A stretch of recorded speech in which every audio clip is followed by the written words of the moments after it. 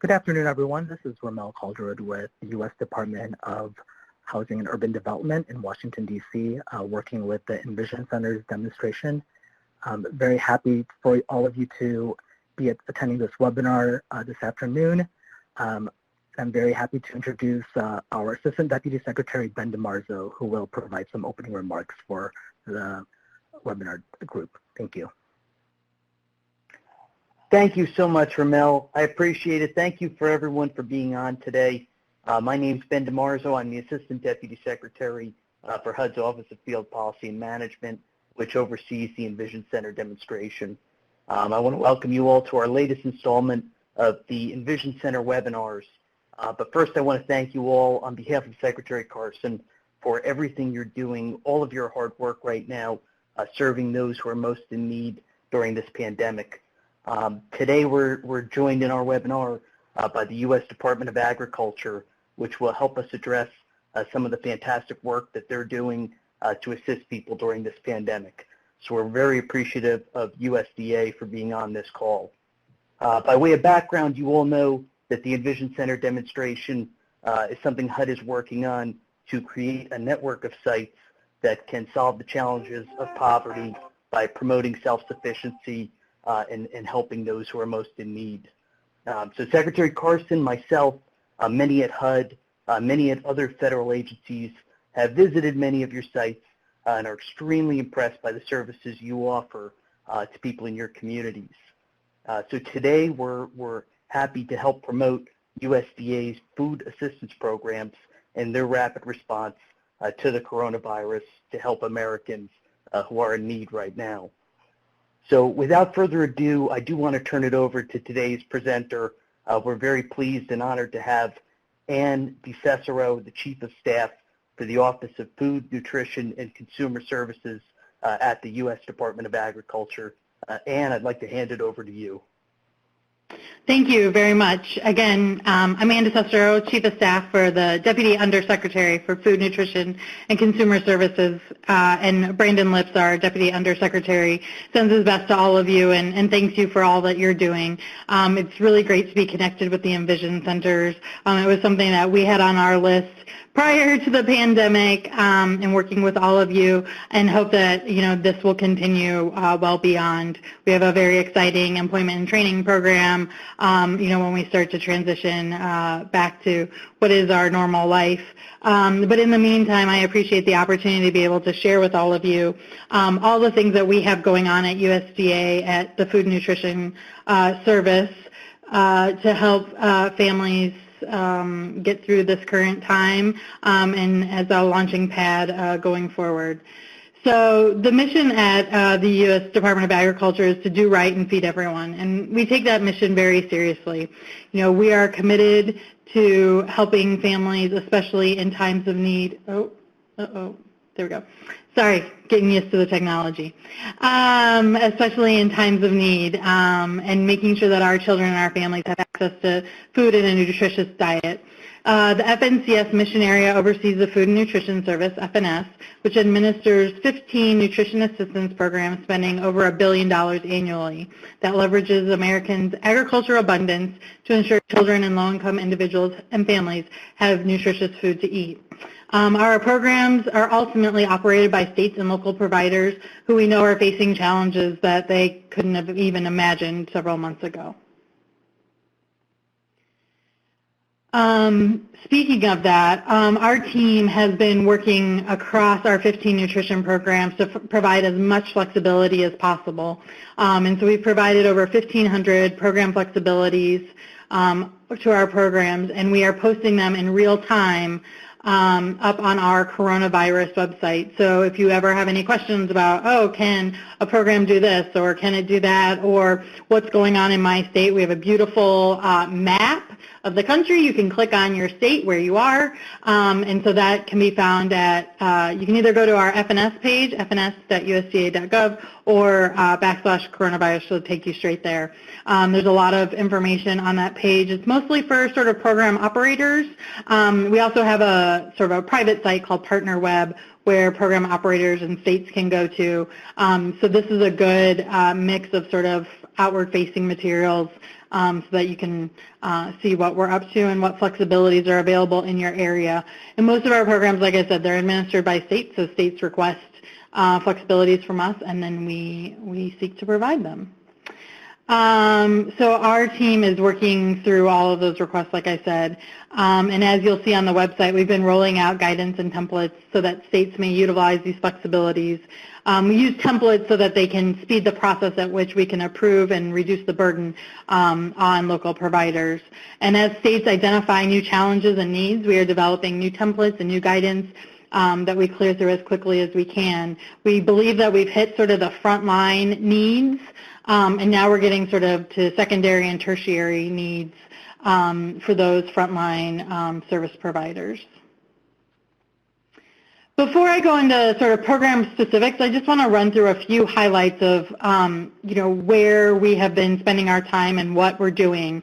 So these are sort of our highlights, our top issues.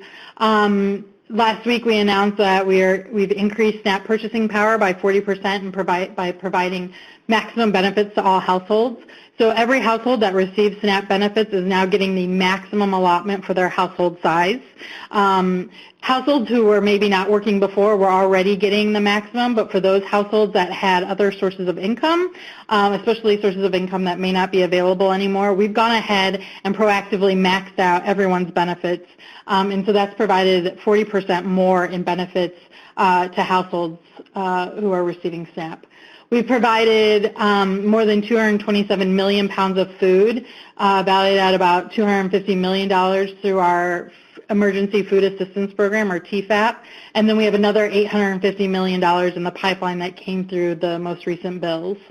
We've launched Pandemic EBT, or PEBT, to provide the value of school breakfast and lunch to families with children eligible for free and reduced price lunch. We've issued disaster household distributions to 16 states and almost 30 tribes to target food to specific needs when those traditional channels of food are unavailable. We've provided more than 1 million meals a week, or actually up closer to 3 million meals a week, to rural kids through a public-private partnership called Meals to You. And we're allowing states to serve free meals to all children in all areas at more than, and it's actually, we're up to 38,000 feeding sites nationwide.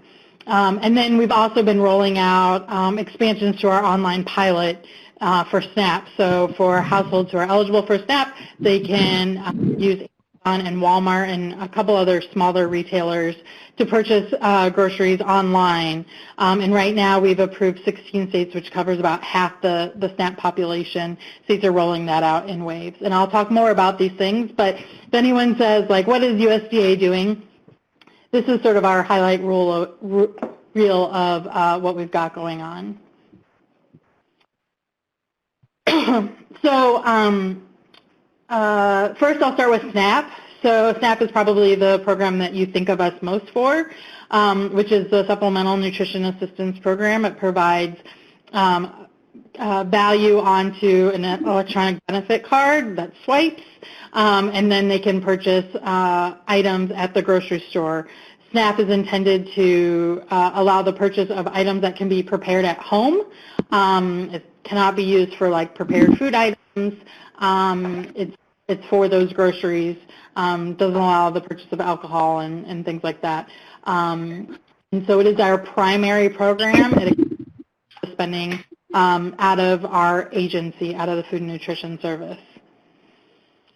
Okay, next slide.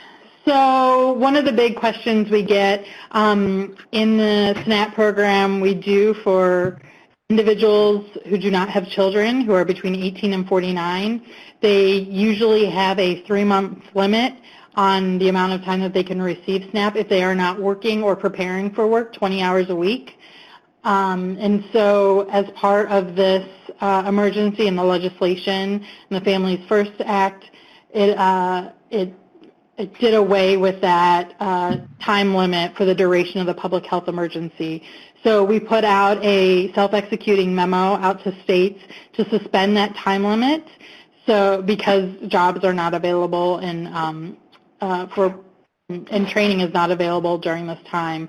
Again, that'll extend for the duration of the public health emergency. After that, states, we expect them to have high unemployment rates. We have a waiver process where states go about applying for waivers for that time limit to not apply, and that process, states are already beginning to request those waivers as part of the transition out of the public health emergency.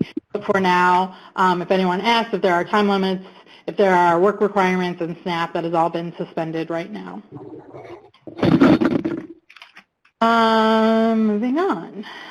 So emergency allotments, I mentioned this earlier about the additional 40% of purchasing power that SNAP households have right now. It's the emergency allotment provision. So households are eligible to receive that maximum benefit to the tune of about $2 billion a month, which is in addition to the $4.5 billion in benefits we're already providing.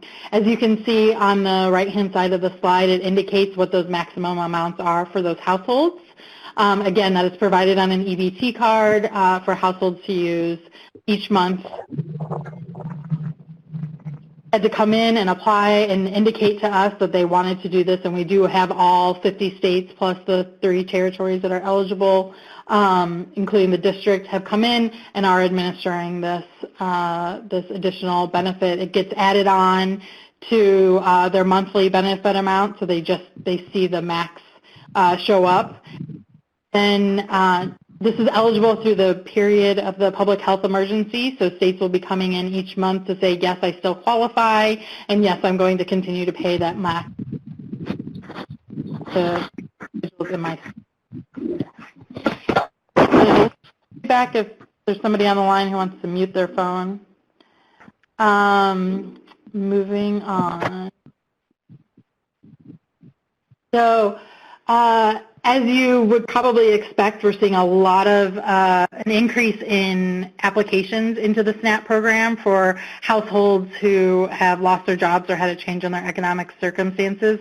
So we've provided a lot of flexibilities during this time to be able to process those additional benefits. So we've extended certification periods and reporting for all the families who are already on the program who were expected to re-enroll or be recertified.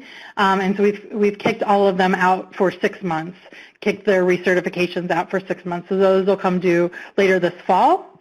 And we've done that in almost every state as well. We've also allowed states to conduct telephone interviews instead of face-to-face interviews through March, April, and May. We'll evaluate, let's see where we are come June. We've also offered states additional time to be able to review their cases so that they can focus. They've taken a lot of their quality control caseworkers and moved them over to actually processing cases, so we've given some flexibility there. And sometimes those are the most experienced folks those are the most experienced caseworkers too, so they can process significantly more cases. We've also informed states about additional flexibilities being granted related to interviews as they deal with these increased volumes. We're allowing states to adjust the requirement that a household complete an interview prior to approval if we can verify their identity and all the other mandatory verifications have been completed. So we're doing whatever we can to provide those flexibilities while maintaining the integrity of the program through a lot of our data matches and other forms of verification. This is a little bit different than our usual situations in a disaster where everything is destroyed and we administer a disaster SNAP program. That's not appropriate in this case because things haven't been destroyed. And so we're trying to maintain as much of that as possible to maintain the integrity going forward. Let's see, next slide. So as I mentioned earlier, there's a lot of interest in our online pilot, which allows our SNAP recipients to use their benefits online for payment.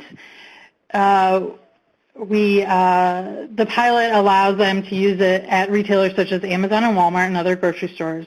And so as of now, we have 16 states, Alabama, Arizona, Florida, Idaho, Iowa. This is all on our website. Kentucky, Missouri, Nebraska, New York, North Carolina, Oregon, Texas, Vermont, Washington State, West Virginia, and D.C. Some of those are already up and running. Some will be rolling out in the next few weeks. And we have more and more states in the pipeline to come online with that program. But it's really the responsibility on the state agency. They're a third-party processor who runs those EBT cards, the electronic benefit transfer cards, and the retailers who wish to participate to really come together. There's a lot of testing that has to go on in the background, and in order to protect the EBT system and not create a risk of bringing that entire system down, they need to do the work on the back end ahead of time. So we're reviewing those formal submissions. We've provided a template to make it easier for states to come into the pilot. It really walks them through in the template, like, have you, done X, Y, and Z? Have you, worked with your processor? Have you worked with your retailers? Where are they? We're using a lot of the same retailers, so for them, this is much easier to expand to other states. But each EBT system is different in every state, and so it takes a lot of one-on-one TA of our team working with them to get states where they need to be and working with those processors. As you can hear, we're making a lot of program changes, and all of that falls back to the EBT processors, and so they have quite a workload on them that they've been trying to manage, and states are trying to prioritize which of these things they're going to run. And so we're slowly kind of catching up and being able to do everything, and so we're seeing more and more interest in SNAP Online Pilot. I do want to highlight, which would be relevant to folks in your communities, that for states who don't have Online Pilot, there is still options for them to order things online and then pay at pickup. Some retailers are also looking at the mobile EBT, like transponders that they can take to delivery and have people swipe. We have PIN technology that we use for program integrity to ensure that it's the right person, and so we have to have that accompany any purchase. And so those online retailers have worked with our PIN processor to accept that PIN, and so the same thing needs to happen if it's done in person as well.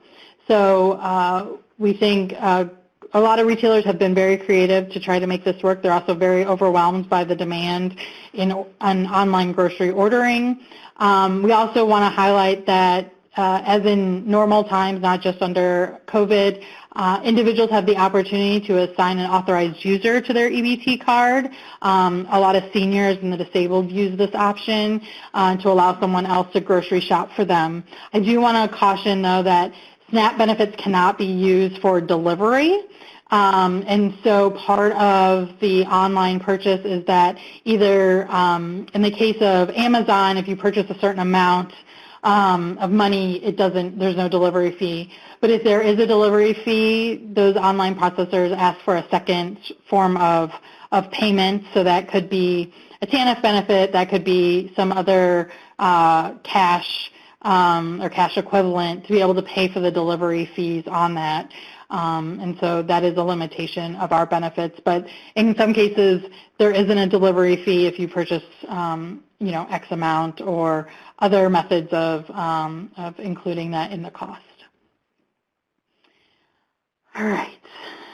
So finally, our final area is the new pandemic or PEBT benefit, which allows the value of breakfast and lunch to be provided to households on that EBT card using the SNAP structure and limitations on purchases. So for households who are already on SNAP, they're categorically eligible to have their children on free and reduced price lunch and breakfast or free lunch. And so it's real easy for states to identify who those households are. They're providing an increase in benefits. It's between $130 and $180 depending on number of days they're in school and things like that. That is added to the SNAP benefit. So if you think about a household of 4 that we were looking at the max allotment, that's about $700, almost $800, add in another $150 for each kid. That's a lot of money on SNAP cards. And so we want to remind folks that they have access to those dollars to be able to purchase food while we work on those households who don't have access and who have not yet come onto the program. So the way PEBT works is that it's in addition to any sort of feeding sites, which we'll talk about in a minute, but this is an additional benefit onto their card. It adds in, it looks just like their SNAP benefit. If they have multiple benefits on the same card, sometimes states put on TANF and put on SNAP, and others, this fits into the SNAP category. Excuse me. And so states have been rolling that out. They've been a little bit slower, in part because they also need to serve non-SNAP households. So the difference in eligibility between SNAP and reduced price lunch, it's 130 to 185% of poverty. And so identifying those households, where those kids are located, how to get EBT cards to those households at a time when there's a lot of demand for EBT cards as we increase the number of households on SNAP. There's a whole bunch of logistical issues, and so states are working their way through rolling out pandemic EBT